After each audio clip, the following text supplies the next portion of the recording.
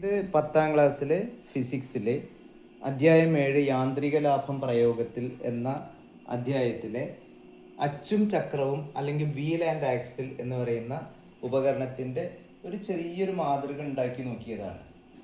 ഇവിടെ ഇതാണ് ഈ അച്ചും ചക്രത്തിലെ അല്ലെങ്കിൽ വീൽ ആൻഡ് ആക്സിലിൽ വീല് അല്ലെങ്കിൽ ചക്രം എന്ന് പറയുന്ന ഭാഗം ഇതാണ് അച്ച് അല്ലെങ്കിൽ ആക്സിൽ.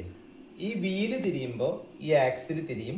ആക്സിൽ തിരിയുമ്പോൾ നമ്മുടെ അതിൻ്റെ മേലെ തൂക്കിയിട്ടിരിക്കുന്ന ഈ ഭാരം ഇങ്ങനെ ഉയർന്നു വരും. നമുക്ക് ഭാരം കൂടിയ വസ്തുക്കളെ ഉയർത്താൻ വേണ്ടിയിട്ടാണ് ഇത്തരത്തിലുള്ള ഉപകരണങ്ങൾ ഉപയോഗിക്കുന്നത്. ഇവിടെ നമുക്ക് വേണമെങ്കിൽ യാന്ത്രിക ലാഭം എന്ന് പറയുന്നത് ഈ ചക്രത്തിൻ്റെ ആരത്തിനെ അച്ചിൻ്റെ ആരം കൊണ്ട് ഹരിച്ചാൽ കിട്ടുന്നതാണ്. അച്ചിൻ്റെ ആരം എന്ന് പറയുന്നത് വളരെ ചെറുതായിരിക്കും. അതുകൊണ്ട് തന്നെ യാന്ത്രിക ലാഭം വളരെ കൂടുതലായിരിക്കും. നമുക്ക് ചക്രത്തിൻ്റെ ആരത്തെ വേണമെങ്കിൽ നമുക്ക് ഇത്തരത്തിലുള്ള ഒരു വടി ഉപയോഗിച്ചിട്ട് നമുക്ക് ഈ ചക്രത്തിൻ്റെ ആരത്തെ നമുക്ക് ഇങ്ങനെ വർദ്ധിപ്പിക്കാൻ വേണ്ടിയിട്ട് കഴിയും. ഇപ്പോൾ ഈ ചക്രത്തിൻ്റെ ആരം എന്ന് പറയുന്നത് നമ്മുടെ ഈ വടിയുടെ നീളമാണ്. ഇത്രയായിരിക്കും ഇതിൻ്റെ ചക്രം വരിക, ചക്രത്തിൻ്റെ ആരം എന്ന് പറയുന്നത്. അപ്പോൾ യാന്ത്രിക ലാഭം നമുക്ക് കുറച്ചുകൂടി കൂട്ടാൻ വേണ്ടിയിട്ട് ഇതുകൊണ്ട് കഴിയും.